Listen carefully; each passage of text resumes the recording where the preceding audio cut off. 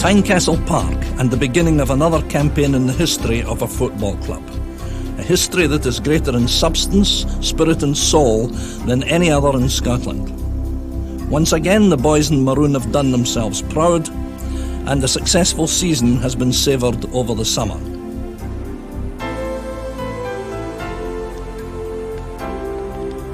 But in soccer, the summer break is only a short one, and soon enough the empty terraces of Tynecastle will echo to the roar of the fans and come alive again, roused in a flood of emotion as a new season gets underway.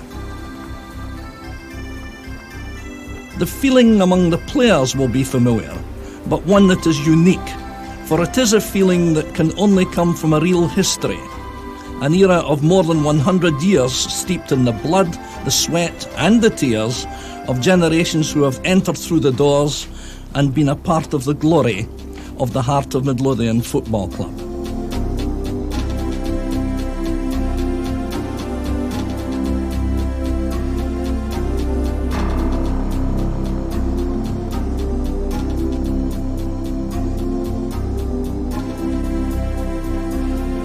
Edinburgh today is one of the finest and most famous of capital cities.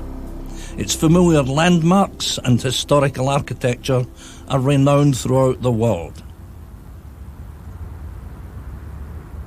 Under the reassuring gaze of the great castle above, Princes Street stretches like a colourful parade. There are shops that sell everything that money can buy, and a bustling transport system that goes about its daily business. Black and rocket-shaped, a monument stands towering above the tourists and shoppers, quietly watching over the hustle and bustle below. It was erected in honour of one of Edinburgh's most famous writers, Sir Walter Scott. Scott published his first historical novel, Waverley, in 1814, and this was followed by a string of others, including Ivanhoe, Rob Roy, and perhaps his most famous book of all, The Heart of Midlothian. The book was a masterpiece that has become a national epic. The origin of the football club's title is to be found in Edinburgh's most historic thoroughfare. Few stop to see or even notice the curious shape the cobblestones take at one particular place. In the high street in the old town, the cobbled causeway stones are a reminder, as in many cities, of an age gone by. Today, professional men and city financiers mingle with the tourists, surrounded by much of that same architecture that has bordered the street for centuries.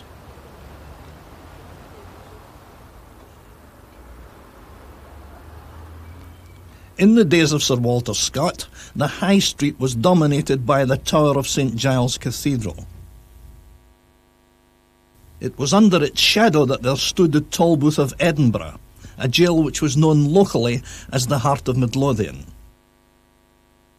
The cobblestones we spoke of are in the shape of a heart, and a reminder of those who, in the words of Scott, honoured with their residence that most venerable edifice. Nearly 60 years later, at a meeting place known as the Tronkirk, a group of lads who frequented a dance club that had been named after the Tolbooth made the historic decision to form a football team. It all started back in the 1870s when football was becoming increasingly popular in this side of Scotland. Teams were springing up everywhere, and Hearts developed out of a group of friends who were kicking a ball around on the East Meadows.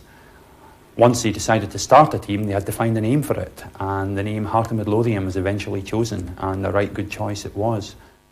Once they had got a name, they had to find a captain, and a fairly novel way of deciding the captaincy was chosen. They had a 1-to-1 football competition, and the finalists ended up being Jake Reid, the goalkeeper, and Tom Purdie. Tom Purdie won the competition, and his name is associated as being the founder of Hearts. While Tynecastle today stands as a proud home to a century of achievement for Hearts in Scottish football, the team's original ground was a much more humble affair altogether. Football began for Hearts at the East Meadows, a public park which they shared with other clubs, including their great rivals, Hibernian. But even today, the Meadows are as popular a playing surface as they were all those years ago, and of course a sure breeding ground for the stars of the future. By 1875, Hearts were well established, and to commemorate their joining the Scottish Football Association and playing in the Scottish Cup for the first time, the players lined up for the first ever team photograph. Although looking at the all-white strip and long trousers, one could be forgiven for mistaking them for a cricket team. After disbanding briefly in 1876, Hearts re-emerged in 1877, sporting a strip changed to red, white and blue hoops. And in April the following year, with jerseys that had been dyed to the familiar maroon of today, Tom Purdie proudly led his men to win the club's first trophy, the Edinburgh Cup, when they defeated Hibernian 3-2 in the fourth replay of the final.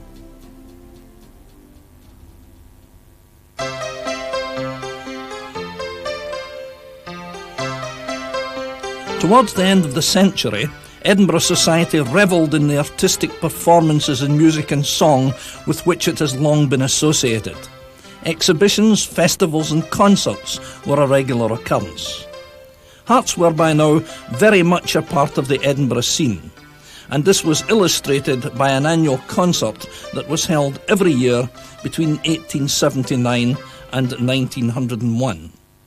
These were popular occasions and well supported by all connected with the club. The next job was to find a ground, and in the early days we played in public parks around Edinburgh, went down to Powburn, had our own ground at Powder Hall, before moving here to the Gorgie area in the 1880s. Because of the extension of the Edinburgh tram services around this time, the club were able to make this move out of town.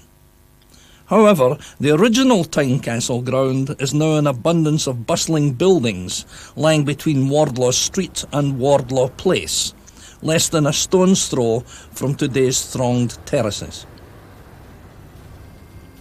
Even as long ago as 1882, football teams had their stars and the game of soccer had its superstars. Hearts' captain in that year was Nick Ross, a strong attacking fullback whose tactics were said to have laid the foundations of scientific soccer. He is acknowledged to have been one of the first players to use the pass back to the goalkeeper. Ross was one of several players lost to English clubs. This forced Hearts to make illegal payments to top men, and in October 1884, Hearts became the first club to be suspended, albeit briefly, for professionalism, an illegal act under the Scottish Football Association rules. Having moved to their new ground on the 4th of April 1886, Hearts won their first home game, beating Bauld and Wardhaugh 4-1 with goals by Henderson, McNeil and Tommy Jenkinson, who scored twice. Jenkinson, part of the Hearts team that regained the championship of the East in 1889, was also the club's first international player, representing Scotland in a 4-1 victory over Ireland in February 1887. Hearts were one of the founding members of the Scottish League in 1890, and that season the team captained by Johnny Hill won the coveted Scottish Cup for the first time, beating joint league champions Dumbarton 1-0 in the final. The Cup's success was closely followed the next season when Hearts won the Shield and the Charity Cup.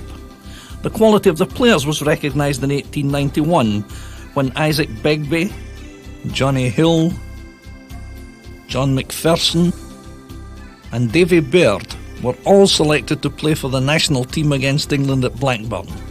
Never since have so many Hearts players represented their country at the same time against the old enemy.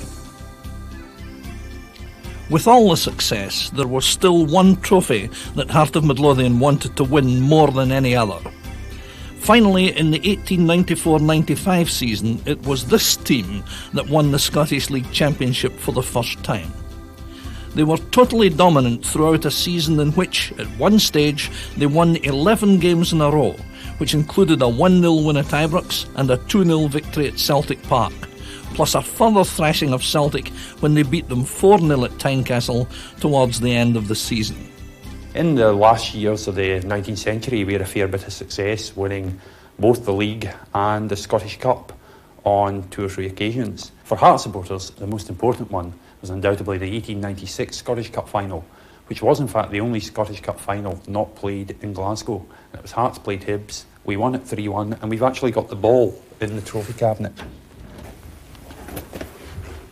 And here it is, the actual ball used in the match. Very different from the type we use nowadays, but it was put into the Hibs net 3 times on that day, and the Hearts supporters will never forget it. In front of a crowd of 17,000, the match had even greater significance, as Hibs had only just joined Hearts in the First Division that season.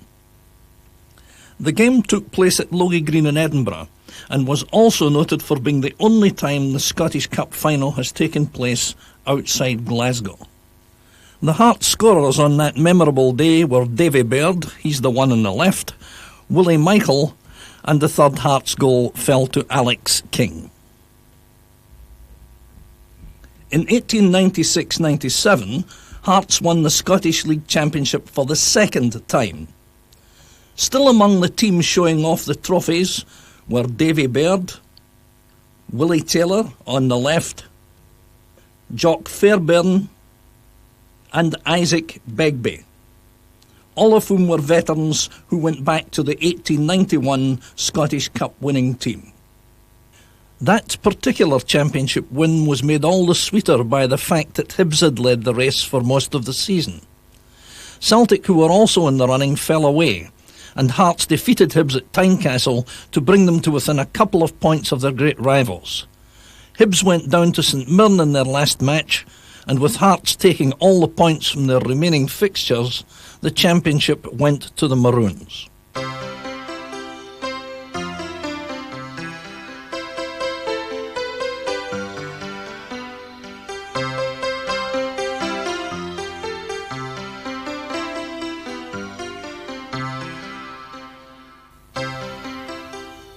The turn of the century saw continued success for Hearts, with a magnificent cup run in 1901, culminating in the defeat of Celtic in the final by 4-3.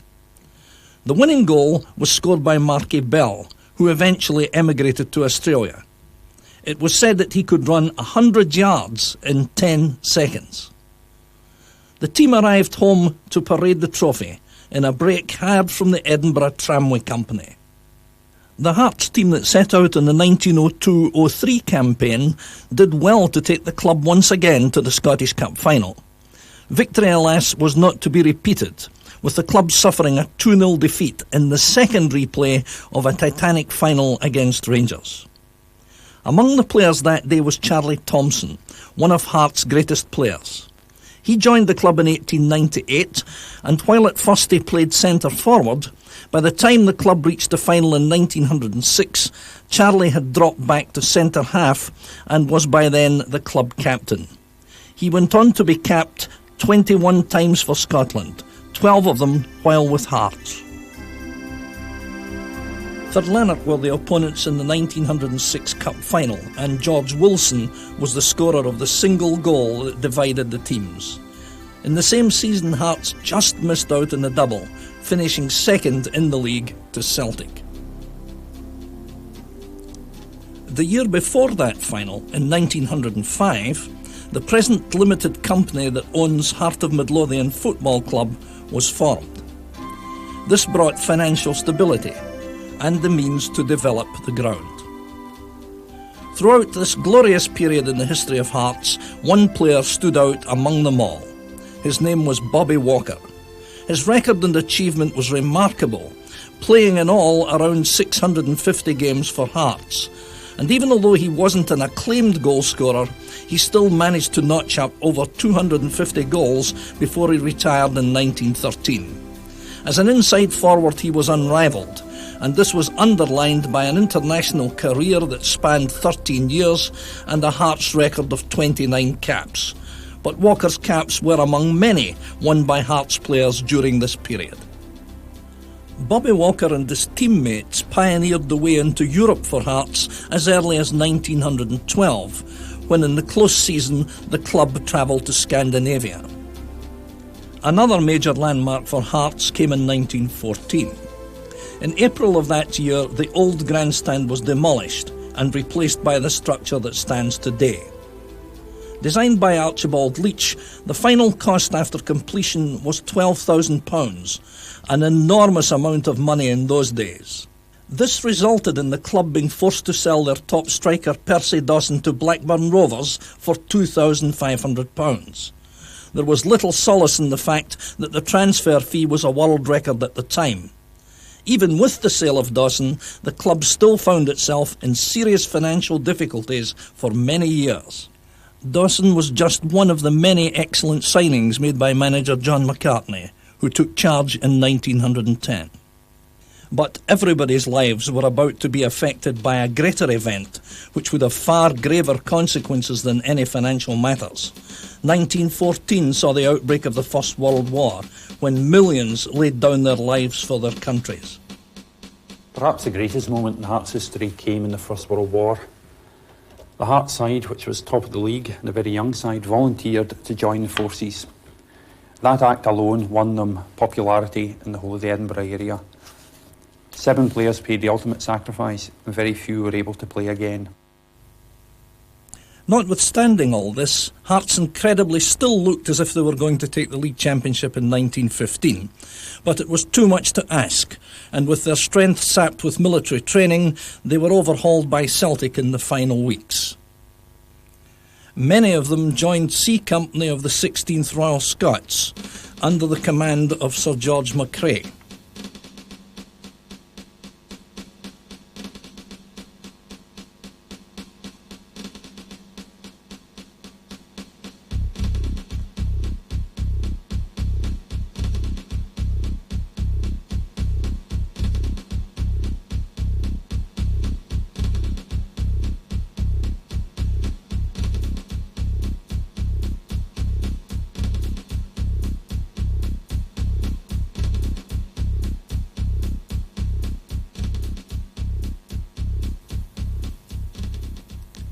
Among those that had joined up was Big Bob Mercer, Hearts' outstanding player of that time and known as the mastermind of modern soccer.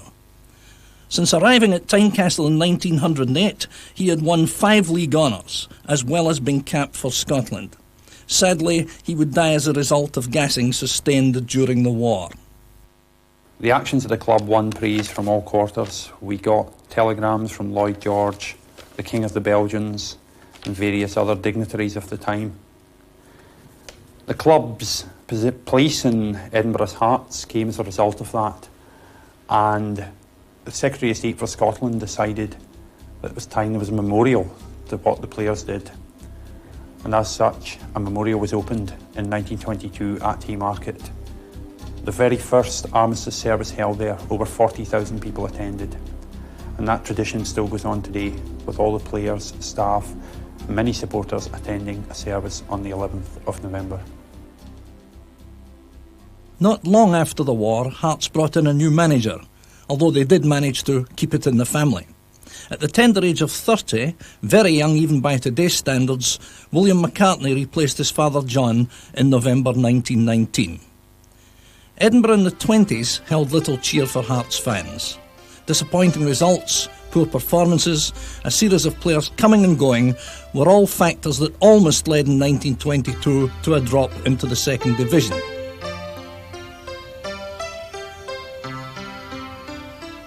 The period did, though, have its brighter moments. In the 1926 season, Jock White showed just how prolific his goal-scoring talents were when in a period of just 10 days he scored a hat-trick of 4s, a record unsurpassed in the history of British football. At the same time as McCartney was overseeing changes in the playing staff, the directors were overseeing a detailed plan to enlarge the capacity of the ground. The old iron stand was demolished and many other improvements were made. Hearts became regular winners of the Rosebery Cup during the next 10 years. 1933 was the jubilee year of the competition, And having been the first winners of the trophy, it was with extra pleasure that Hearts beat Motherwell 3-1 in the final.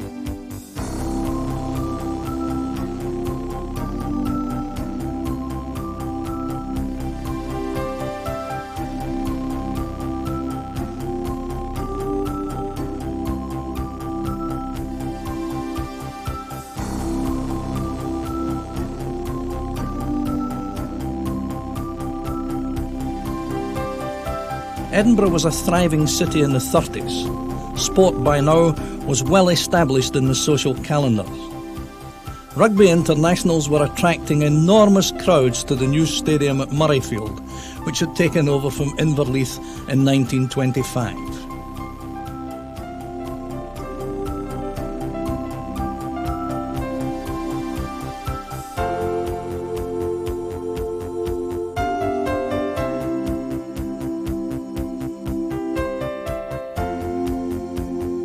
And not far away at Tynecastle, the Hearts were running onto the pitch to play in front of ever-increasing attendances. This very rare footage is believed to be the earliest on record of the boys in maroon.